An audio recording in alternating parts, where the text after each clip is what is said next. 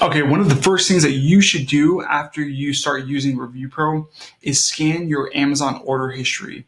Essentially, all you have to do is go to your Amazon orders, and then the ReviewPro extension is actually going to show up at the bottom of each of the products that you purchased. Okay, so if you're like anyone else, you probably have bought a lot of things on Amazon, and when you want to review all of the items in your home, you want to start off with the products that are going to be most profitable for you.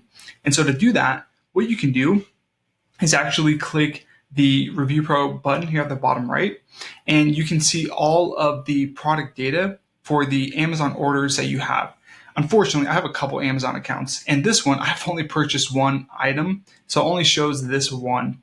But with this one, I could see all of the information about this product to know which products are best to start reviewing than others. So what I would do is I would actually rank the highest pro score product from the highest to the lowest, so that you know, okay, out of all the products in my house, I'm going to start off with the products that have the best pro score, meaning they have the highest demand, they have the lowest competition, and they have the highest price point. So I'm going to earn the most commissions from those. So that's what I would personally do, is scan your Amazon order history in case you have like 500 or even thousands of Amazon orders, to know what are the best products for you to review first before anything else. Okay, that will give you a lot of direction.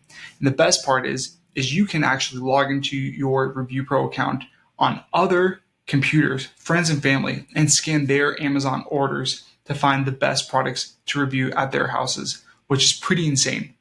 That's my biggest recommendation, is to do that. So that is the order history scanner with ReviewPro. I highly recommend taking advantage of it. It's super, super easy to use.